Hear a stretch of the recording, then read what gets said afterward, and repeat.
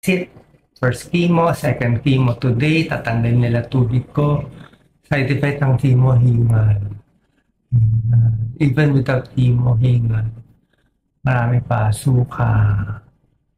Mahirap. So, na-experience ko lahat ng experience ng mga kababayan natin, lalo ng mayaman na mahirap. Pero usually, mahirap ang maabot ng ganitong series. Sabi ng doktor ko, wala siya nakitang ganyang kalaki. Kanya kabilis lumaki, galing magtago, ang naughty nitong ano mo, sarcoma. Marami ko, kagaling ba ako? Hindi, I don't know. Yun. Hindi to biro. Mahal ko talaga yung tao. Babae natin. Hindi ko pwede sabihin dati. Mukha akong tanga. Sasabihin ko. Pero ngayon may sarcoma na ako. Pwede ko na sabihin. Kung followers, kung mag-iiyak ko masyado.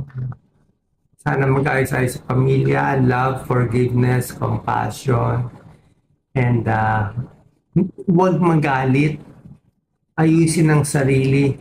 Sabi ko nga kaya ilalaban tayo eh. Sabi ko sa doktor, Dr. Ang, I'm ready to fight. Okay, malungkot ako, hindi.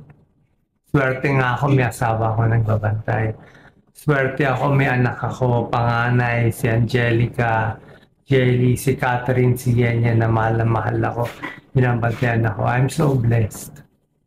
I'm so blessed. Is this negative or positive? Negative, may bukol.